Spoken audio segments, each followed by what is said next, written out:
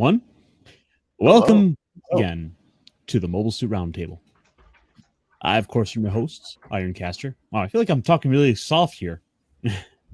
But, as always, I'm glad to be here with Mr. Brightest Day. How are we doing? Gentlemen, glad to be back. I see he's got himself some snazzy new duds. It's just a bit tight around the chest. Representing the Federation for us all. Mm-hmm. Well, I suppose in a Thanos-esque way, we had to bring balance. So, wouldn't that require removing stuff? That would require half the people dying. I root for the Federation doing that. You know, I could solve this right now. Oh. Hey.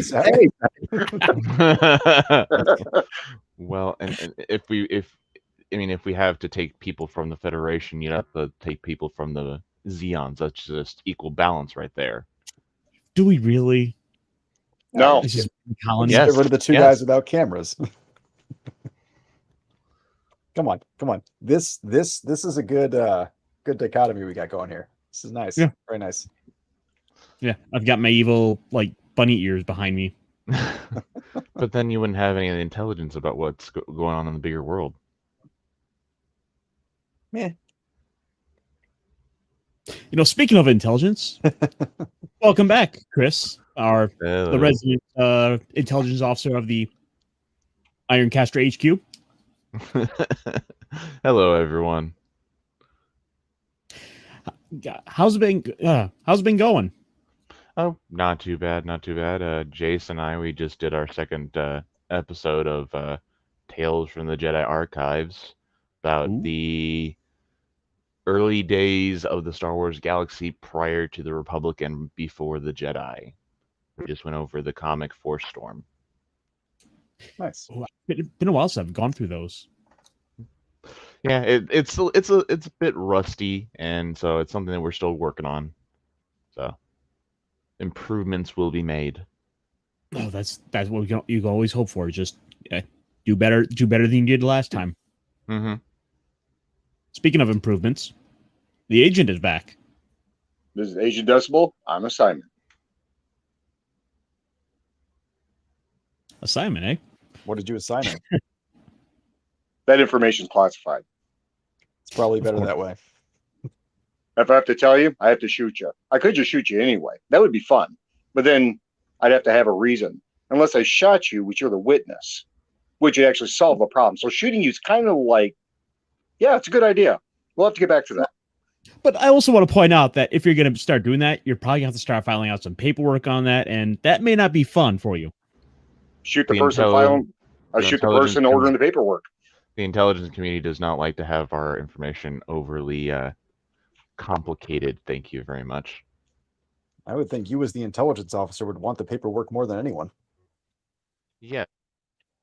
Wait. You mean to tell me that intelligence agencies don't want information, they don't want everything filed in triplicate? Oh no, not triplicate, quadruplicate. Oh, see, that's why I can never get anything done. And notarized. You have to get it notarized. Bureaucracy. And also laminated. Do I have to get those little stickers that say "sign here" as well? Yes. Damn it. We need a wax seal. Yes, that too. The more elaborate and intricate, the better. And also, you need sent emails. You'd make we need digital and paper trail. And you need printouts of the emails. Yes, that too. Yeah. But how can I put the wax seal onto the email? No. You don't put it on the email.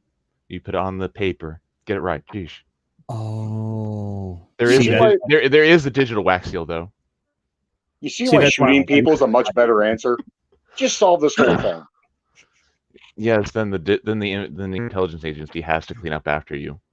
We have to clear up all the mistakes. We have to go over and double check everything, and then we have to ask ourselves, why did we give these people this information when they're not going to follow it? We do what we will. I got no problem with you guys cleaning up after us. That's good. Gives you something to do. So we already have it in our hands. Yeah, we were kind of gone last week, unfortunately, and I wasn't feeling the best. And I believe you were also busy in Vegas. Yes, I was on shore leave to lovely, super goddamn hot Las Vegas. It's like 110 like every day there. Just be happy that the intelligence agency had contacted Agent Decibel's agency and told them to end the contract against you guys. Uh-huh. Well, we just tricked him into taking care of Nick Weiser. We figured that'd keep him busy. Just bring the Fruity Pebbles. Oh, Nick. Yeah. All right. So, Gundam. Yes. Yeah. So I saw you got that little pencil sharpener there. Yeah, I picked up a friend for Macklin Made It, or a gift for my friend Macklin Made It. I went to a hobby shop just outside of Vegas called Hobby One Japan. They had kind of limited selection just due to logistical problems like everyone's having. They had some pretty good stuff, and I had never seen those before. I'm like, you know what? That's cheap. She'll love it. So I grabbed it. I like to grab magnets for my trips. I don't think I got any So, magnets. oh wait, what's going on here? Oh, there we go. My family, we do shop glasses.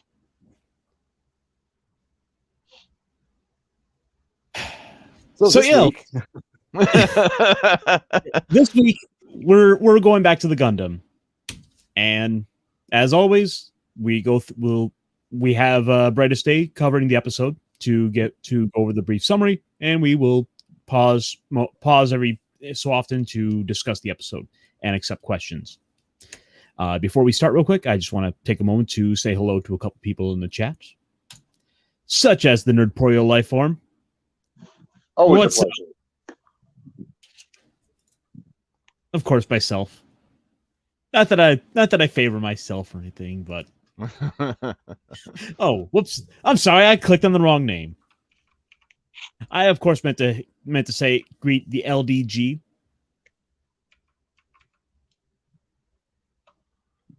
Okay, who gave us a nice little wave and a wave back, and of course, finally, Jace, who I want to get on for that fresh set of eyes to the series. So as soon as you can catch up, hopefully for next week, we can talk some Gundam with you.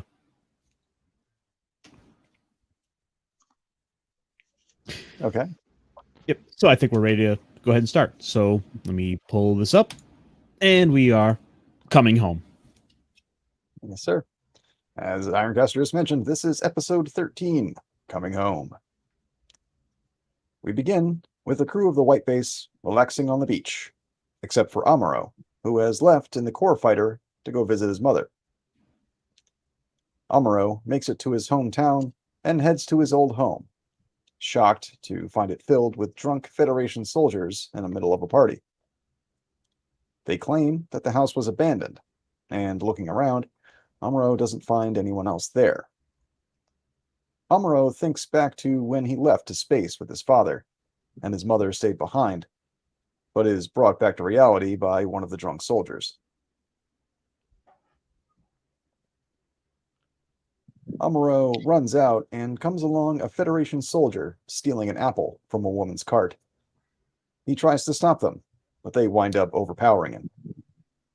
The woman recognizes Amuro and gets the soldiers to stop. The woman, who is the mother of one of Amuro's childhood friends, tells him how the soldiers left behind were cut off from the main force, and that his mother is working at a refugee camp. So right off the bat, there's a lot to take in this episode with Amuro coming to his childhood home.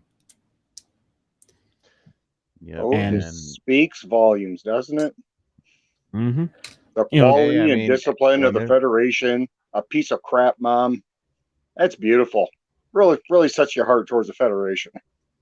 Well, we You can really want to get into the family issues of the Zeons? I yeah. don't think you do. No.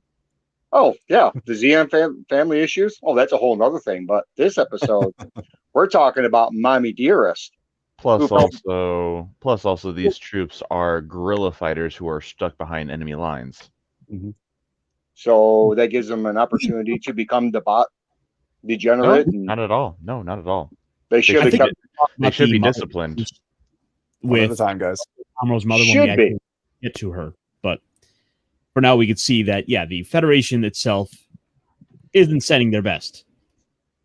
Wait till we get to episode 15, where we get to see some of the crimes of the Zeons. Crime's very relative. So what's your problem then?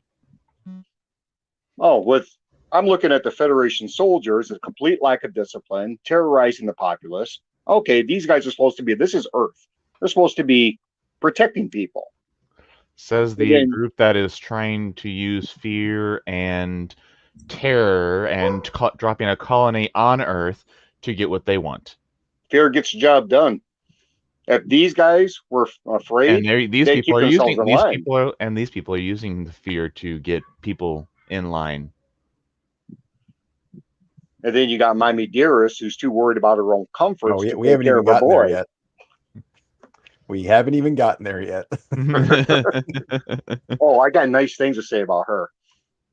Well, there's some information that came out in one of the novelization of the series that gives another whole new story to her background, which I've talked to Ironcaster a couple times about. So what was skipped in the summary is the conversation that's had in the beginning on the beach between Ryu and some of the other crew members about how he believes that Amuro is some kind of member of an elite status because he comes from Earth and his father was such a high-ranking member of the military, and others don't feel that way. They're like, not everyone that comes from Earth is a highborn, an elite. Yeah, it's just that social status of people who are born on Earth kind of just look down upon the space noids. Mm-hmm. And also the Lunarians. But I mean, if you look at it later on, you see that the Lunarians kind of stoke the flames between the space noids and the Earth noids. No, that would never happen. That's one of those things I don't get. Not to be crude, but the location where you're dropped from the crotch, how is that supposed to give you status one way or another as to your superiority or inferiority to others?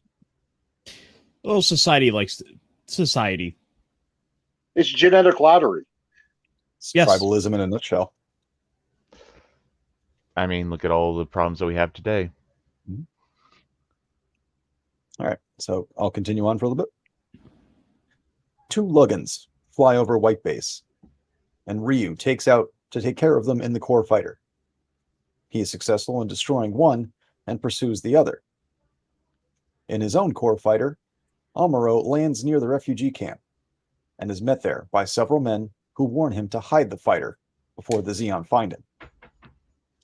As they talk, Amuro's mother, Kamaria Ray, comes out of the crowd and the two embrace. The two speak to each other in one of the buildings, holding the wounded. But a boy runs in, telling them that 2 Zeon soldiers are approaching. Kamaria hides Amuro on a cot under the blankets.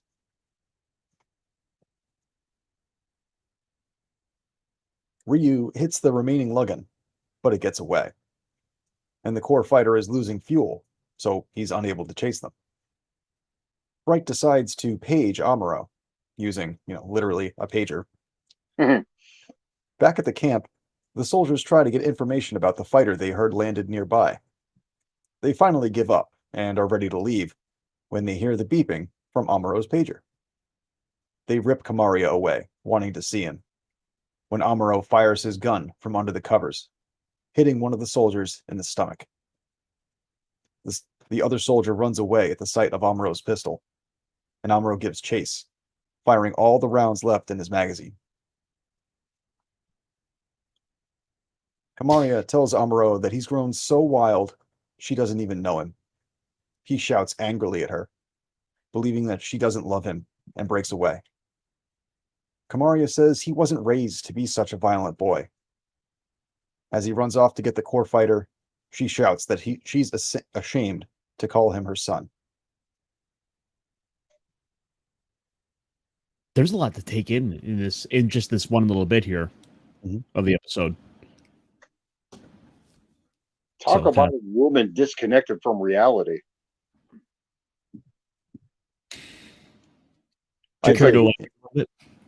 This woman doesn't understand conflict, bloodshed, warfare, struggle. That's nature. Mm-hmm. She's taking care of wounded. from a war, and she's complaining that people actually fight the war. This is like arguing that sound doesn't exist while you're voicing the argument. This is a woman completely disconnected from reality. It could also be it could be shock, it could be trauma, it could be PTSD on her part. We don't know what she herself has experienced, but I do agree there is a definite tangible mental disconnect here. And a lot of it might also have to do with the fact that she's got a new shock from seeing her son in the first time in we don't know how many years. And then all of a sudden she's not the boy he remembers. It could be that she's just in the middle of trying to process all of these things at once and they're just not driving. Yeah. Well, also being in a refugee camp, there's going to be a level of disgust with the fighting itself on her part as someone who is caring for the sick and wounded. So I mean that there's a bit of a natural repulsion to the violence. Then I would tell her, find a different job, try pottery. Maybe that would help her oversensitivity to reality. I mean, look, just because you threw your son off a cliff and expected him to climb back up doesn't mean every parent is going to do that, and doesn't mean it's the best way. Also, she might just be insane. Okay, me throwing my son off the cliff, that's speculation. oh shit. And he did climb back up. Hang on. I've got a hornet in the house. Oh, geez. Technical difficulties.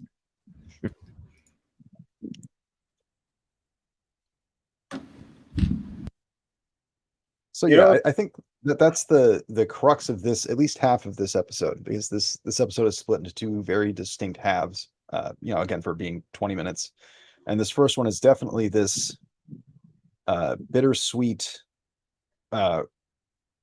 rejoining of a boy and his mother under circumstances that are very, very far from ideal. This It's episode. just- Oh, I'm sorry. Go ahead. What I was thinking is this episode actually had me start admiring Amuro for his determination, his self-control, his mindset, being that his dad took him. His mom stayed on Earth because she couldn't be bothered to be uncomfortable. Great maternal instinct there. And then even with the dad off doing all the research he was doing, Amuro still come off as a well-rounded, moralistic, self-determined individual, which speaks volumes about the dad's ability to raise him by himself. And he comes back here to Earth to go see her, and all she can do is play her virtue signaling and crap all over everything that he's been doing. But yeah, there's a war between the Zeon and the Federation, but she wouldn't be alive if it wasn't for guys like him. Mm-hmm. And all she could do is crap on his beliefs. And it's also a very good demonstration of how hardened he's become to his own survival. He's here in a very high tension situation where, were it not for the sound of his beeper, he might have actually gotten away scot-free. But in that moment of, oh crap, I'm found out, his first instinct is to kill. Well, it was kill or be killed. Exactly. It's not like the Zeon was going to play patty cake with him. They're going to shoot him. What choice do you have? Or capture him. They probably would have captured him too. Why take that chance? He did the right thing. Shoot him. Yeah. Now, his follow-up shots probably could have been a lot better considering the other guy got away, but the point still stands. I think Amuro has two different things he's known for: freaking out and shooting wildly, and getting smacked around. Yeah, I'd agree with that. if you can coordinate the two of those and actually get the wild shooting straightened out, he'd be much more dangerous. Mm-hmm. Just have Bright by him, so every time he goes in the war, smack him in the face and send him out like a berserker. Yeah, because I think he's only gone into, he has gone into a berserk mode in the Gundam at least once, probably twice. Yeah, but it's kind of common with him. But you do see that under high stress situations, he loses any and all accuracy, and I think that's probably a matter of not having gone through a proper basic training, proper basic rifleman, where that kind of thing would have been ironed out. But on on normal circumstances, like even under combat, when he's not incredibly stressed, his shots are fairly accurate. And here, even undercover with far less than perfect circumstances, he's able to land a shot center mass. Granted, there's likely a bit of luck, but still. Which again speaks volumes of his character and his self-development. Whether Dad was there or not, I mean, he really, the kid's amazing. He really is. He's a credit to the Federation. And to sit here and have his mom crap on him because of this, and should have saved a bullet for her. Oh, jeez. They are whining about that. Y'all good now? Yeah. Right. Oh yeah. Sorry, it was a monster thing here on my green screen. Yeah, I had. I didn't want to see you get bit in the face in the middle of a stream. That would have been awkward. I think I'm doing okay. My face is just like turned into a blobfish, but I'll be fine. Look like Martin Short on True Luck or Pure Luck. Yeah. All right. I'll read a little bit more. I think Chris stepped away. I don't know if he's back yet. You got us caught up? Yep, absolutely. Okay. Yep. So he's got his Apple Watch. Yeah, basically. Or like an old Casio. So Amuro takes off and spots the Lugan, chasing after it. It crashes just short of the Xeon base, and Amuro flies headlong into a spray of anti-aircraft fire. Kai flies toward Amuro in the Gunperry, carrying the rest of Gundam, and offers an experimental mid-air conversion, which Amuro eagerly accepts. Amuro successfully executes the mid-air conversion, docking the core fighter into Gundam without having to land. He then proceeds to destroy the Xeon base, much to the dismay of Bright, who can't understand why he's wasting White Base's valuable resources on a base of little to no strategic importance.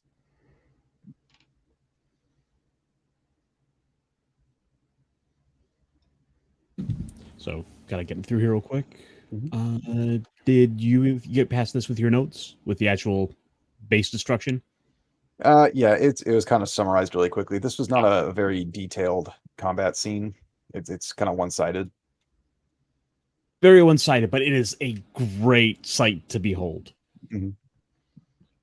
Just he's destroying this base. Like, it is power of the Gundam versus people with guns. Yeah. Well, it's essentially just an air base. Yeah. But still, watching it, it kind of brings back and kind of put things into consideration, just how devastating these weapons really are. Mm-hmm. Yeah, I mean it's one mobile suit against probably what looks like it's probably a scouting air base or something like that. And we got a couple of barracks up, and they've got some logistics there. It's and it just shows how like you said, it just shows how mobile suits change the face of warfare. I mean, I wouldn't really call the attack heroic, consider it's, like just people on feet and grounded planes, but, it is an attack, and it just shows that people with mommy issues should not be given giant robots. Oh, trust me, this is anime. People with mommy issues and robots go hand in hand. Right, that's a requirement. Yeah. Yeah, it's like, are you an orphan? No, you want to be and get in the robot. Plus, also people with mommy issues normally always makes the best fighters. Are you an angsty teenager with mommy issues? Have we got a job for you? Do you have weird hair? That's even better. Join the underdog organization, and you too can be the ace pilot for your group. Do you have a girl's name? Powered by friendship. Or by giant naked space women who live in a spiritual realm beyond our comprehension. Oh. By the way, Chris, you've been asking about this, and I didn't get a chance to put this in yet, but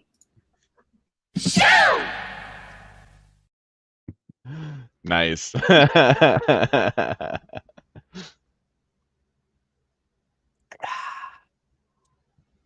But yeah, so what's interesting about this is Not so much the battle, which is it's not even a subplot to this episode. It takes up some time, but it really means nothing.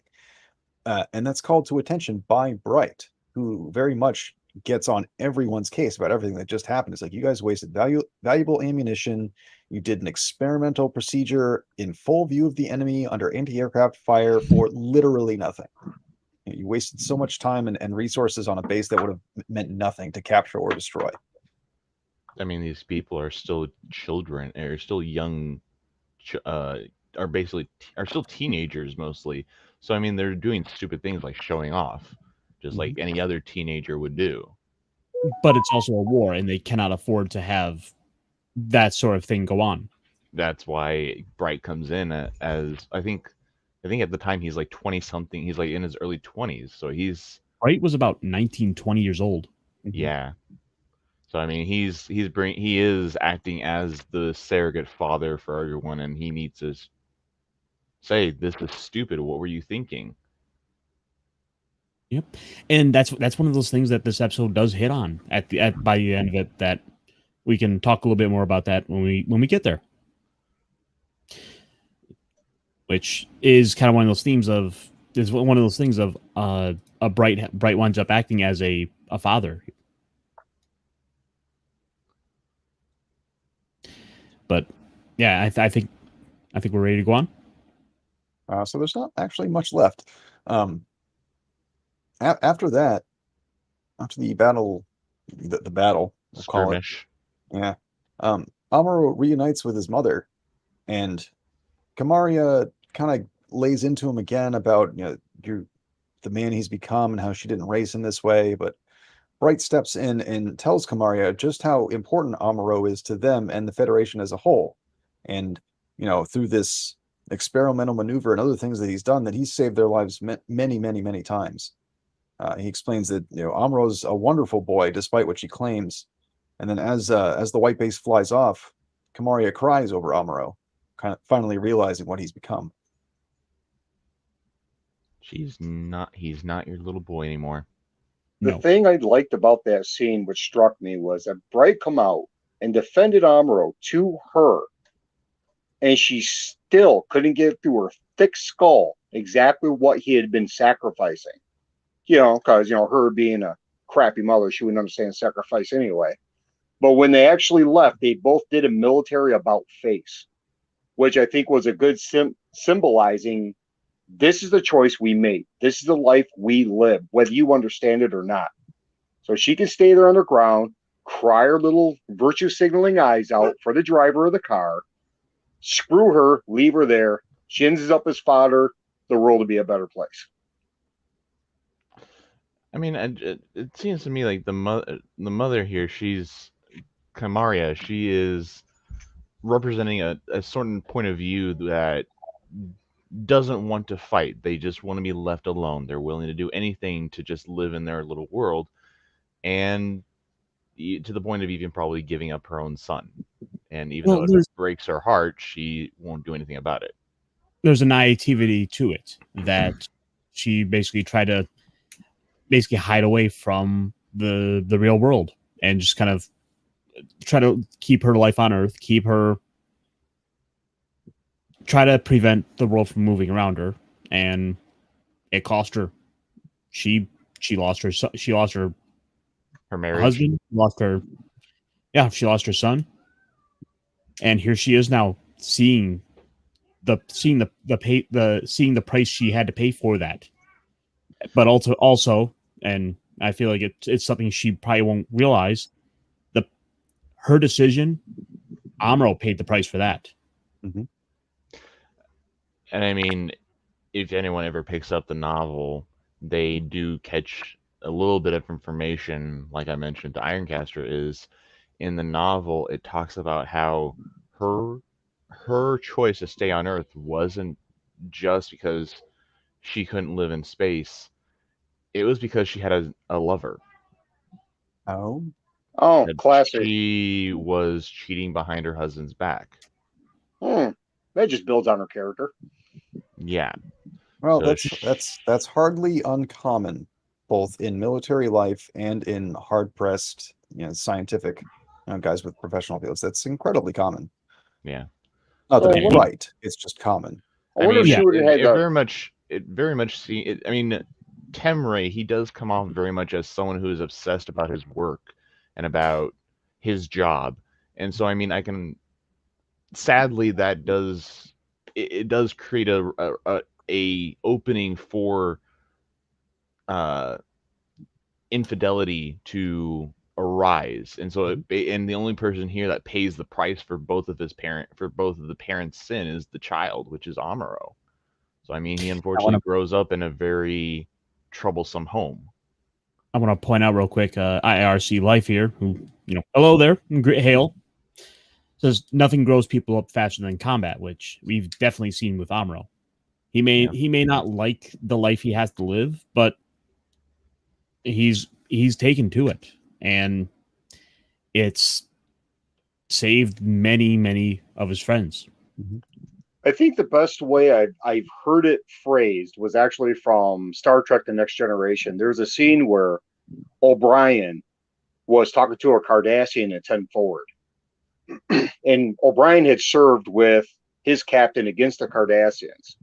And he told the Cardassian, it's like, it's not you I hate, Cardassian. It's who you forced me to become. Mm. And that was a good way of looking at it. Because you got, now, Mommy Dearest here may not like what's going on. She may not like that the fighting's going on, but I'm pretty sure the fly doesn't want to be eaten by the spider. That's his wacky thing called natural order. It happens.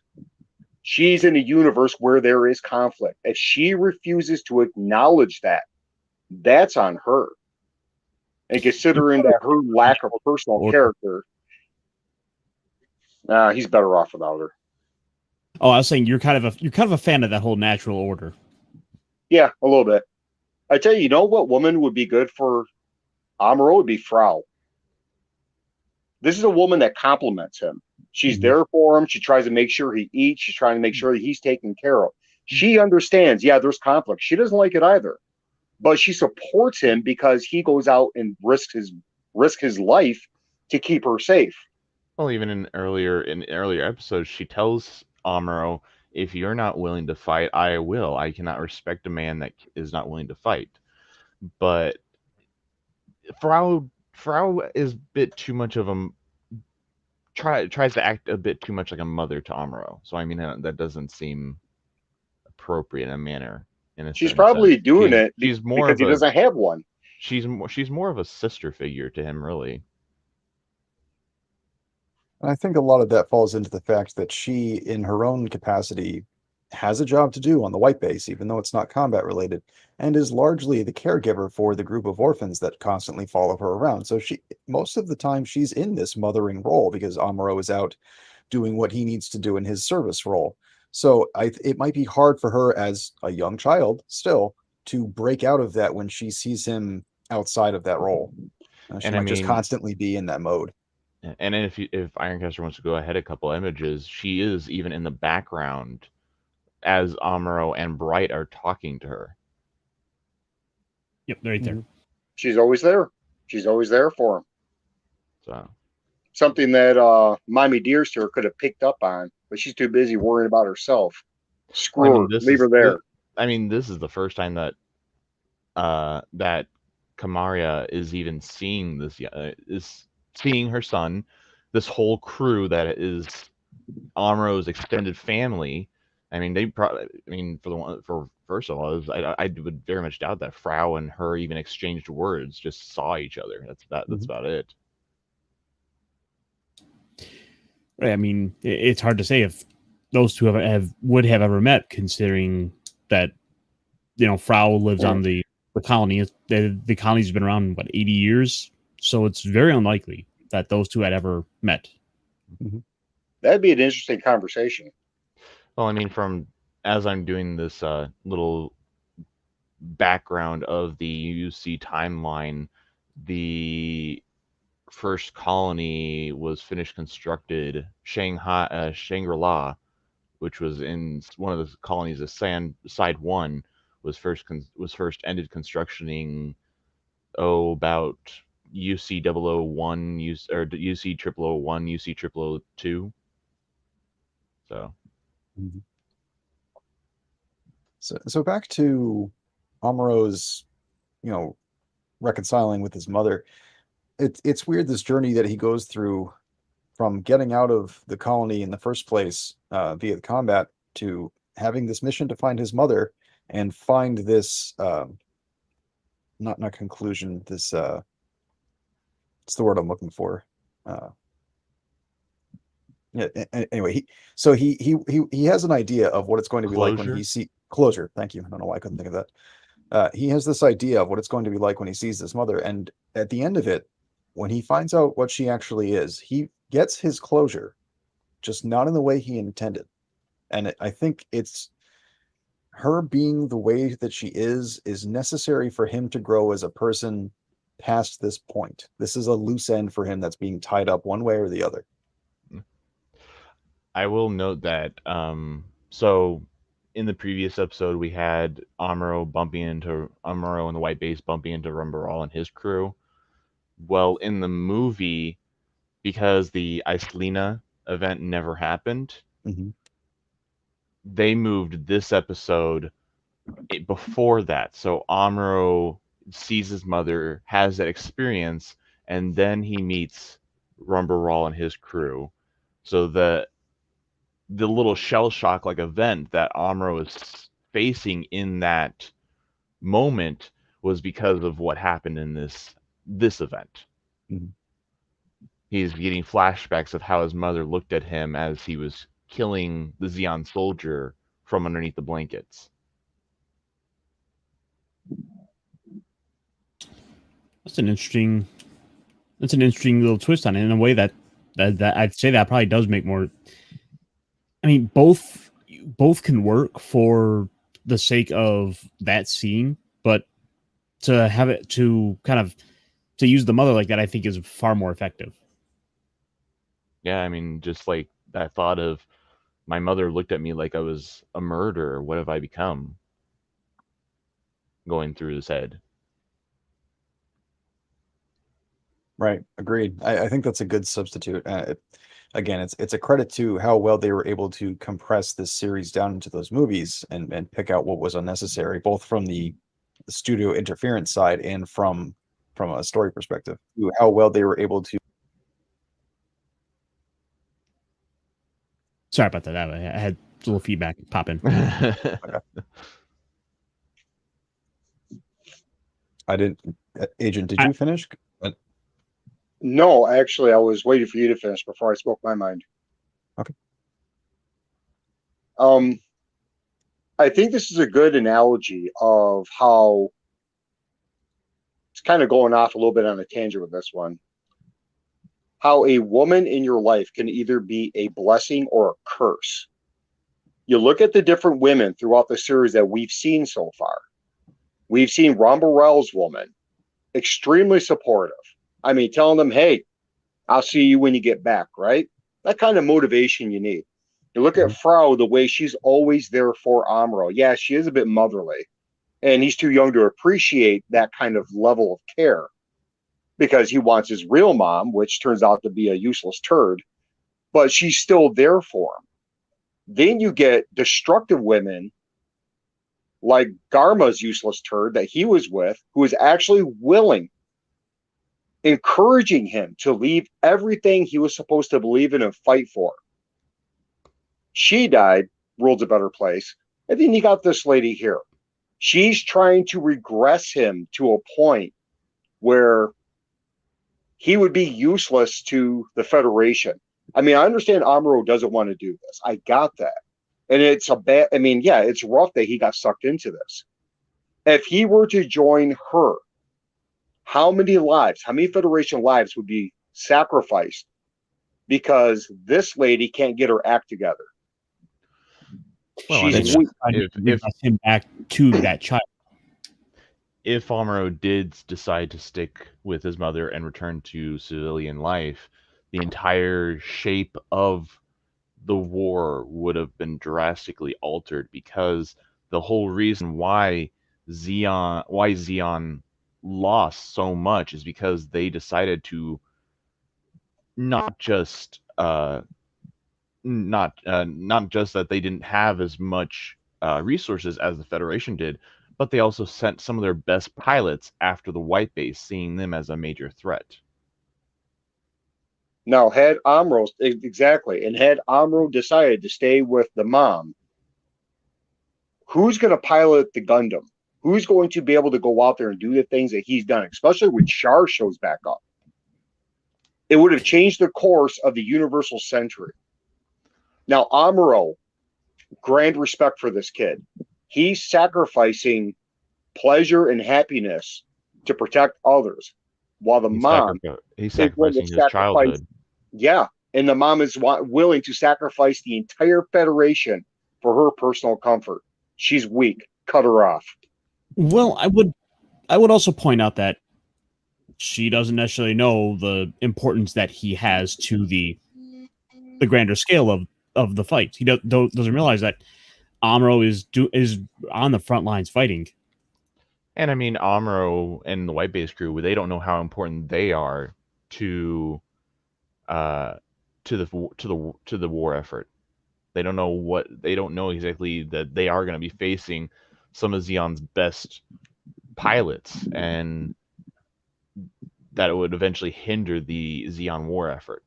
All right. Real quick, I did want to go ahead and greet PJ in the chat, which first time having you on, and hello there.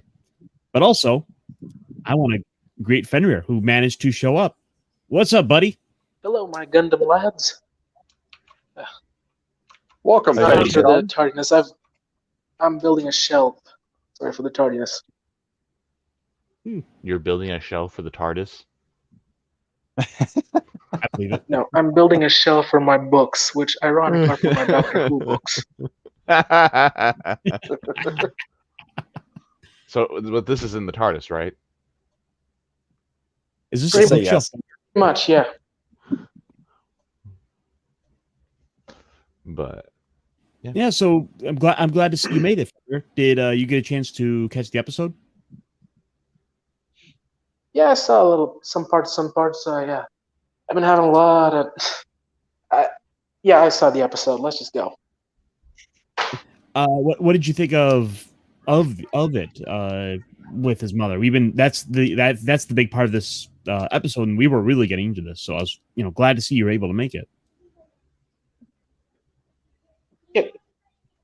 I just came here half cocked. I still didn't even have time to process all the information. Yeah. Just really jumped in here to hang out with you guys. Seriously, I know I failed as a pilot in this one. I came unprepared. 10 demerits. Yeah, that's gonna be 2 more hours in the test flights. God damn it. As well as Anna also cleaning the latrines for the next 2 weeks. Oh, come on. That's a bit too harsh. Do you guys have latrines on your carriers? Because I don't think that's a thing. No, we just have them around just for the situation. You have proxy latrines? Yes. We just go on Federation prisoners. Whatever happens behind closed doors, Agent. Oh, if you can't behind closed doors, no one can see and laugh at them. They'll talk. They'll all talk. They always do. All right, I'll tell you what you want to know. Just give me a bar of soap. Have you guys ever? I know this is going to be a little off topic, but there is one YouTuber. He does little Star Wars skits, animated Star Wars skits, and one of them is when the stormtroopers are trying to interrogate a rebel soldier, trying to get information out of him. So they first present him with a plate of donuts, and he's like, "I'm not telling anyone. I'm not telling what you want." So then they bring in an Ewok, and then the guy's like, "Oh, look at the cute Ewok!" Oh, and then all of a sudden, the trooper's like, "I'm gonna shoot him." He's like, "No, don't shoot the Ewok, please don't." "I'm gonna shoot him." "No, don't shoot the Ewok." "I'm gonna shoot him." "Fine, I'll tell you what you want." And then the Ewok just turns around and pumps fists with the trooper and walks away. And the guy's like, "Wait, what just?" The rebel soldier's like, "Wait, what just happened?" Stormtrooper's like, "Hey, we love the Ewoks. Why would we want to kill these cute little fuzzy creatures? He's on our side." Oh, bless the Empire. For once we agree. I gotta say You know- though one thing. I did laugh at the drunk troopers though. Oh yeah. Oh yeah, I- Federation I'll laugh at finest.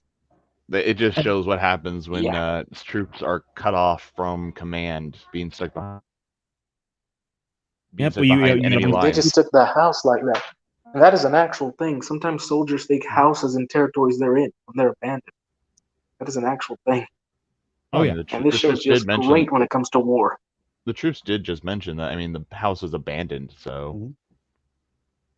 I would Yeah. imagine though, being Federation and they're supposed to be protecting Earth, that's where the Federation's stationed. They'd have a little more respect for the citizens. they're not really there to protect the Earth per se. They're there to fight a war. Oh come on. They're citizens on Earth. You can shit on them a bit. What are they gonna do? Drop a colony on you? I mean, even in the book, which is a good idea, but even in the book, War of the Flea, it even discusses with guerrilla warfare, the most important thing you do is get the support of the citizens. Mhm. And if these guys are guerrilla fighters, they fail. The Xeon shows up and say, "You got any troopers?" Yup, those useless turds that's in that house. True. That is very true. That's why I also enjoyed when Amuro jumped that guy. But it seems to me that Right. the citizenry of the town are more afraid of the Zeons than they are of the Federation lazy dogs that are stationed in their town. So Yeah, because Well, most of them are it's- looking like Arm drunks. was in charge and of the that's- area, so it's not like he and- was really a little forethought. and it comes to the idea of the colony drop. The colony drop on Earth would scare many people to be wary of anyone from Xeon. So they'd rather deal with the drunkards in the house over than deal with Xeon, who they're scared of, maybe killed them or something like that. Right. And that was I- exactly the principle of the Tarkin doctrine: rule through fear. Doesn't mean you have to do anything. Doesn't mean you even want to do anything. Just get them to believe that you have the ability and the will to do it. And usually for the weak, they'll keep them in line. And just as Princess Leia said, the more you squeeze your finger, the more you tighten your fist, the more star systems will slip through your fingers. Too bad that didn't work for the Vong. Great work, Princess.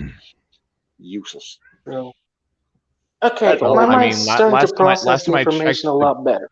Last time I checked, Oh, the yes? Vong lost the war. Barely. So Fenrir, you said your mind's starting to kind of catch up a bit. Yeah, it's kind of catching up, and I gotta admit it. I kind of felt a little bad for Amuro. I mean, for a second, I kind of felt like his mom was afraid of him because, let's be honest, the kid changed. Had to learn how to kill. Well, it probably had been at least 6-7 years probably since she saw him, and when he and his father left, he was a boy. Now here he is a man killing soldiers. I'd probably say it's more Yeah. so 10 years because I mean he's 16 now, 15, 16 now. Back then he'd probably been maybe about 4, 5, 6 years old, maybe.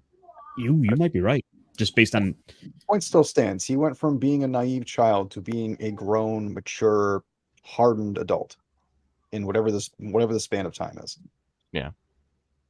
And I going back to the discussion on the village, I see this as a group of people in the village that for better or worse just want to be left alone by both sides. Like they just want the war to pass them by like a storm.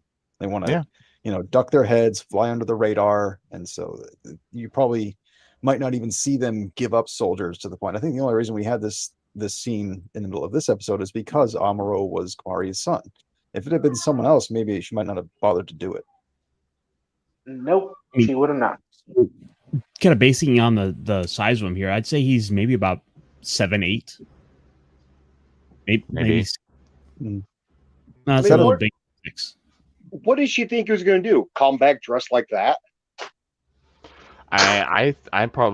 She probably didn't even imagine him coming back at all. Oh no, because that would mean responsibility, and that's kind of like her Yeah, she kryptonite. probably thought he was dead.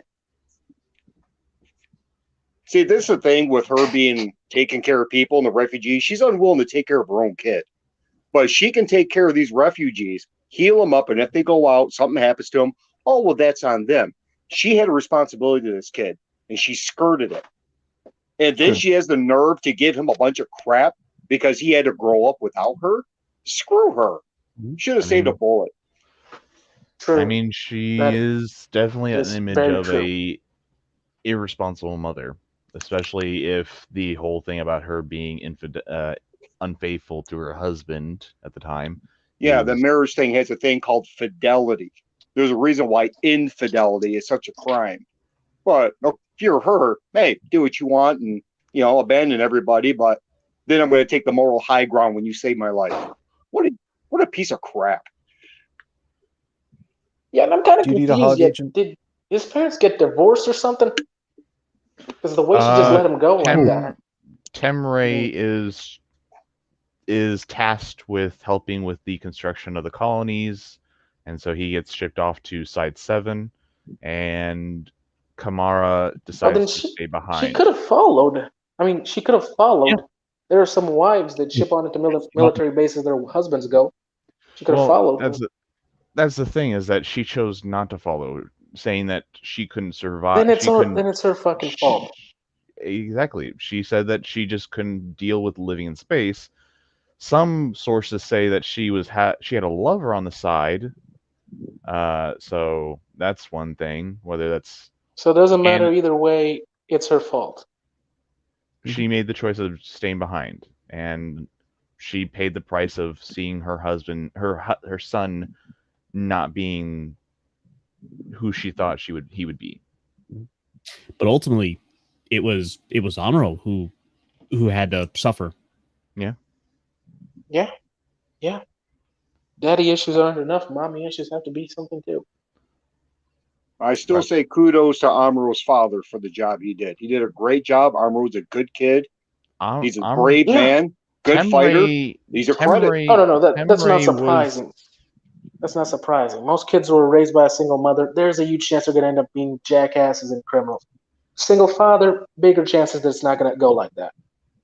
I agree. Well, Temray's father, or Temray, was very much in a kind of abandonment kind of figure. He kind of abandoned Amuro to go do his work. And I'm pretty sure it's probably because of his workaholic attitude that probably drove Kamara to commit adultery, along with if he with her staying behind on Earth, that probably didn't help his behavior anymore. So he probably dove deeper into his work, which kind of would probably alienate his son, which we see in the first episode of this TV series. Where is Temray? He's not on the colony with his son. He's off doing work, doing research, helping with the building of the Gundam and the gun tank and gun cannon. It seems to rub off onto Amuro, because you see how very used to this Amuro seems to be. He gets so engrossed in his own projects and his own work. He's used to being left behind. I was going to make the argument that we see very clearly from the first episode that Amuro is a kid who has raised himself. Like the fact that when Frau comes to get him, that he's completely disheveled, lost in his own stuff. He's shown that he's become this genius. He's in his underwear. Yeah. Aren't we all? No. Oh, I only speak for the Villain Defense Force, so. Okay, maybe. In the moment. But so, Amuro grew up in a lousy household. Let's just say that. And, broken home, basically. If she understood all these things that you just pointed out, which are good points, that should have given her more oomph to say, you know what? I know I'm not going to be happy there, but I have to be there for my son. Nah, I'm going to go bang this guy in the side. Best of luck. I think we're all in agreement that his mother is a completely unreasonable person in this scenario. I think there's no argument. Yes. She's cannon fodder.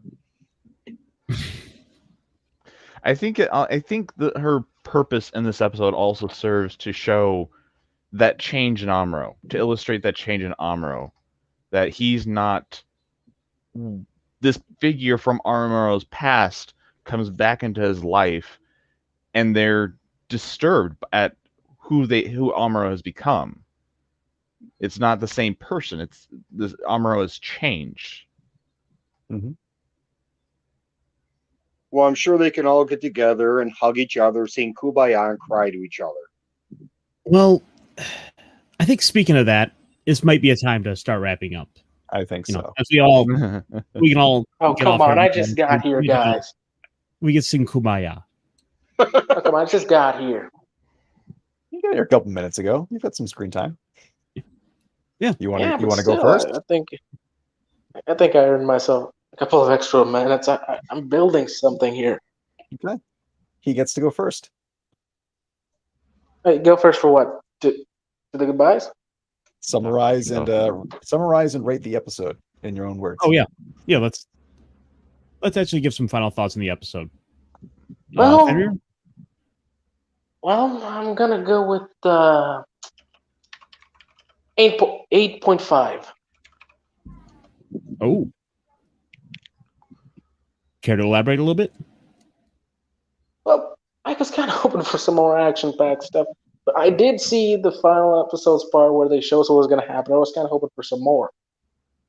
Get some more. It was emotional, so maybe I'll give it a 9. The emotional parts, I do enjoy emotional scenes like those between mother and child, but it's not that much for me.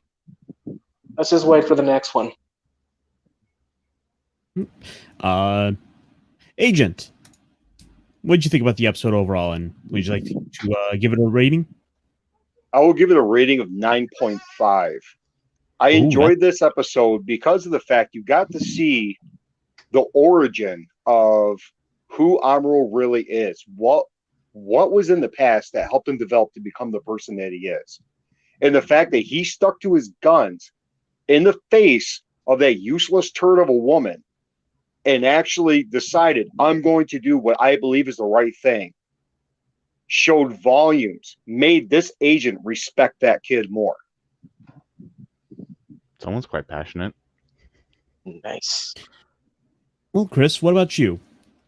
I will give it 7.5 out of 10. It's not one of my favorite episodes.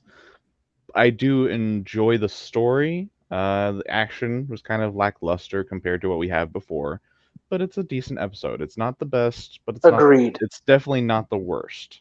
It's above average. So yeah. Brightest day? I actually agree with Chris. I'm going to give it a 7. I think the strong parts are the character development of Amuro and later in the episode Bright, but the rest of it is very weak. There's actually not a lot that goes on. The first 2/3 of the episode flew by, and I had barely noticed. And yeah, we're introduced to a throwaway character in Amuro's mother that we all, you learn to dislike very quickly. But there really isn't a whole bunch else that goes on. And subjectively, it's a weaker episode. So yeah, that drives off a lot. Drives you off. As for myself, I think this is an important. I think this is a solid episode that it does give that closure to Amuro's childhood. That it finally gives him a chance to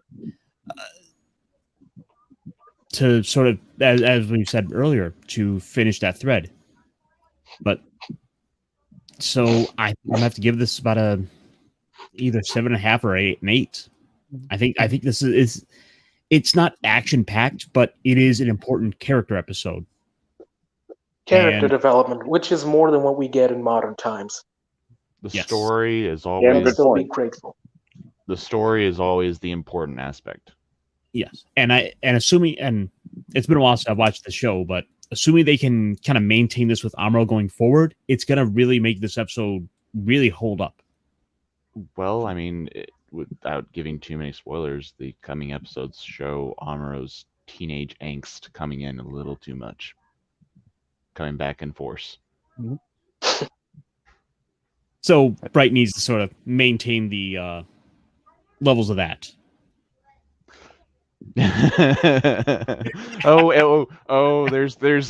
There's more than just that will be coming for Amuro. Can't wait. Hey, real quick, Brightest Day, could you show off that mug again? Where did you get a cool mug like that? I got this in Las Vegas. Nice. Ah, man, I hope to make it next year. Gary actually handed it to me directly. Oh, I was nice. shocked. Oh, great. I hope to at least make it to Vegas next year. Did the nerdy angels come down from on high? Speaking to you in pig Latin? Well, if you show up, you have to show yourself. Are you willing to do that? Even though we've already seen you. Yes, I am. Yes, I am. Yes, he's going to be coming in. Well, on I'll take a force. mask. I'll take a mask. Well, it's then again, considering modern day, that no one would bat an eye. Not the mask you think about. More like one of those Yes, weird he's gonna wear totem he's gonna- masks. he's gonna wear one of those pup masks that some groups like to wear. Oh, come on. I'm not that cheesy, dude. I thought he was going to get a Bane mask. No one cared who I was until I put on the mask. Not in this that case, either. until you didn't. I'm going to be creative. You should get a Char helmet.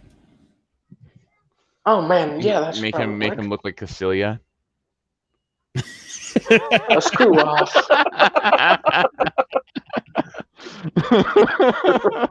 Oh, Fun fact, get that Xeon helmet and have the mask up to his nose. All you see is the eyes. all right, let's go ahead and start wrapping up. So yeah, we can go around again. I guess we'll start with Fenrir again. Yeah. Plug your channel. Okay. Oh, shit. Crap. Fuck. Not billing the I've book. actually... Okay, I've actually have something to declare. I've actually found a Char helmet, but it's not the exact Char. The guy from the store says it's one of the variations of Char. Didn't exactly give me a name. One of the Char clones. It's kind of one of this silvery kind of one. Oh, that could be. Oh, there's like 10 of them. Yeah, that narrows it down. Crap. Yeah, I'm trying to figure out which one of them is. A pretty big list of those guys. So, yeah, I might buy that one and make it. Yeah, my channel. I'm Fenrir the Ice Wolf. Go to my channel. I'm about to 137 subs. I want to make it to at least 200 by the end of the month. I've been putting some extra videos out there. I've been off for a long, long time, but I've been having a lot of work. The store's been going crazy ever since we changed to manga. And I found an insanely big community when it comes to Gundam and anime. It is just huge. A lot of Gundam anime out there. Gundam is like one of the largest franchises in the world, so it's not surprising. Yeah, insane. Every single one is different, but yet similar. It's also the largest. It's also the largest, if not top. Yeah, let me tell you something. Largest The in Western Japan. man, the Western man does not know how to make Gundam shows. I mean, come on. I've seen Western Gundam and Japanese Gundam, and the Japanese beat these. There's a huge difference. Well, if that little Gundam community you found is looking to check out a few more YouTube videos on it, then maybe send them our way. We could talk a little bit more about some more of those big bots. Yeah, we might. Yeah, I might just do that. But yeah, that's about it. Agent? Well, I'm going to get off my duff and start making videos again. I'm currently working on the Henchman's Handbook, the first step in becoming the villain. And what I'm going to do is I'm going to write one chapter a week and record it and release it. Usually I would put out a big video on Friday. I might have to wait till Sunday for this one because of time constraints. But I should be able to at least get out the introduction this week. And that will... I'm sorry? Could you tell us a little bit about your channel for those in the audience that aren't aware? Oh, yes. I am Agent Despal, regional representative of the Villain Defense Foundation. What we do is we find people that could potentially become villains, those who are believers in natural order, the way things should be. We give advice, we give support, and we give all kinds of information on how to do certain things to certain people that really deserve it, namely heroes. So, what sort of villains are we talking here? Someone like the Monarch? Now, Monarch, that is an amazing man. He's one of our favorites. Villains, the men who actually get things done. We're talking like the Monarch, because I mean, you got a flying car. What else do you do about pooping? Wait, we're talking the Argus mighty School? Monarch here, The mighty because that Monarch. guy's one of my favorites. He deserves a lot better. How could you not like the Monarch? The guy's got a flying he fails car. and fails, but he always gets up and goes back to it. That is Exactly. dedication. Agent, have you ever played Destiny? No, I have not. No. Well, I was gonna say I was actually watching a couple of videos because they're gonna have a new release for the game, and some of the villains from that game, I think you would actually rather be quite interested in. They're actually decently developed villains. A lot of them who are getting the job done. One of them is being a character named Savathun, the Witch Queen, and she's been manipulating things from behind the scenes for ever since Destiny 2 came out, which was like a couple of 5. Is she psychotic? Depends on how you define psychotic. She wants to basically, her species, the Hive, wants to basically eradicate weakness from the universe and become stronger by doing so. I like her already. Yep, you'll have to send him a couple of videos on that. But yes, absolutely. You want to go ahead and pitch yourself here, Chris? Tell the audience about where they can find you. I am Chris. I am mainly found on 540 Studios, which is owned by my friend Jace. We just discuss geek stuff on Thursdays, Mondays, and Sundays. Sundays we have a dedicated show to Star Wars, to the old EU, the good stuff. We're just going through and we're talking about various entries in the Star Wars universe. We're currently going through right now the pre-Republic era with the Jedi Order, the precursors to the Jedi that we know in Star Wars. It's good stuff. Yes, it is actually Good stuff quite fun. indeed.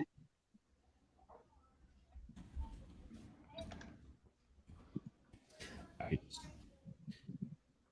I think. Oh, sorry. 20 tabs. We'll pull back up. The chief engineer. Thank you, Ironcaster. Everyone knows I'm Brightest Day. This week is an especially busy one for me. I will be on Etopokuian stream on Wednesday, Supreme Heretic stream on Thursday night for Pegasus Actual Podcast, and the Reina Creole stream on Friday for the lunch table. I will have a stream on my own channel nearly every day this week, except for Friday. Tune in. One of the busiest men on the internet. Kudos to you, sir. Thank you. Yep. And I, of course, am Ironcaster. Your bearded host and lover of big robots. You can find me on tomorrow I will be tomorrow I'll be starting a playthrough stream of the original Final Fantasy, thanks to the Pixel Perfect remasters.